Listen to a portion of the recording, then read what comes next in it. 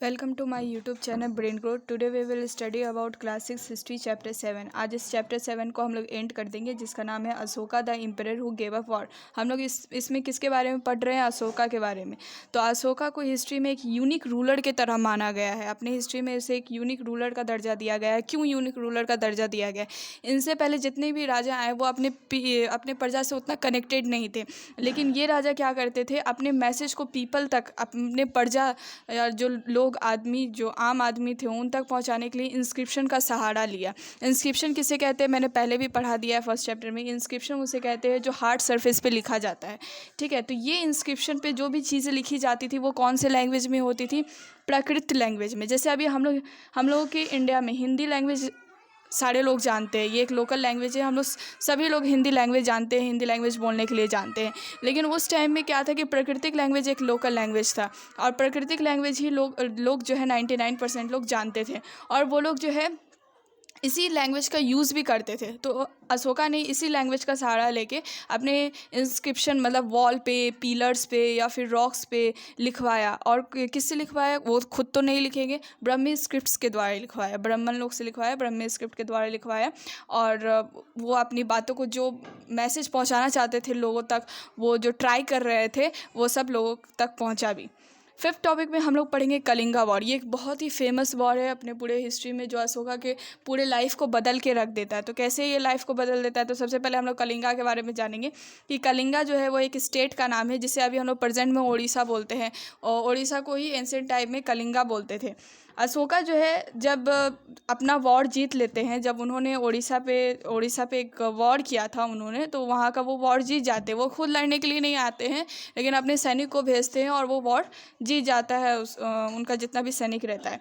लेकिन क्या होता है उसमें से, आप लोगों को तो पता है कि जब युद्ध होता है तो दोनों तरफ के सेना मरते ही हैं, ब्लड गिरता ही है। तो जब वो युद्ध क्षेत्र में आते हैं, अपने कुछ लोगों के साथ जब युद्ध क्षेत्र में आते हैं, तो वहाँ पे बहुत लोगों को वायलेंस, मतलब हिंसा और ब्लड शेड, कहने का मतलब है कि हर जगह खून बहा हुआ है, लोगों की मृत्यु हुई, उनके भी बहुत सारे लोग मरे, बहुत सारे सैनिक घायल हुए, कुछ लोग तो मर गए। और कुछ जो, जैसे किसी का कोई रिलेटिव है, तो उनकी माँ, उनकी पत्नी या उनके बच्चे जो हैं आके उनको बद्दुआ दे रहे हैं राजा को, तो उनको ये चीज़ देख के बहुत ही अजीब सा लगने लगता है, उनको खेद लगने लगता है।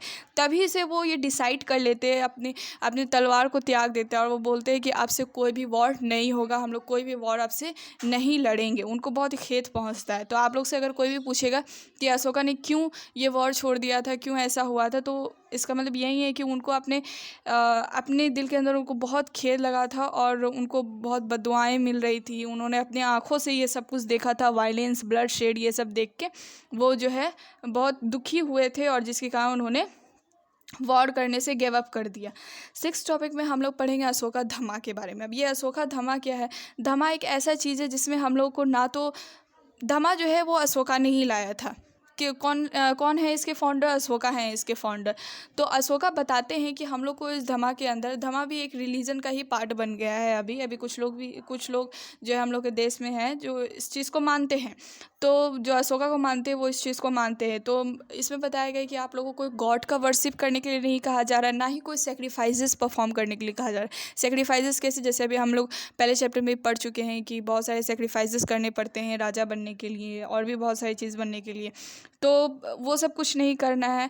और अशोका जो है वो ये बताते हैं कि वो जो है बहुत ज़्यादा इंस्पायर्ड थे। वो अपने इंस्क्रिप्शन के द्वारा बताते हैं कि वो बुद्धा से बहुत ज़्यादा इंस्पायर्ड थे। कहने का मतलब है कि जो बुद्धा, जो सिद्धार्थता थे, गौतम बुद्ध, उनके टीचिंग से बहुत ज़्यादा इंस्पायर्ड थे वो, और उसी को वो लेके चल रहे थे। धमा में 60 या फिर कह सकते हैं 80% जो है वो आपका बुद्धा का ही उसमें रिलेट है। ठीक है, और इन्होंने बहुत सारे ऑफिसर्स को अपॉइंट किया था। अब ये जा के खुद से तो हर जगह तो नहीं ना जा सकते, कुछ ही जगह जा पाएंगे एक दिन में।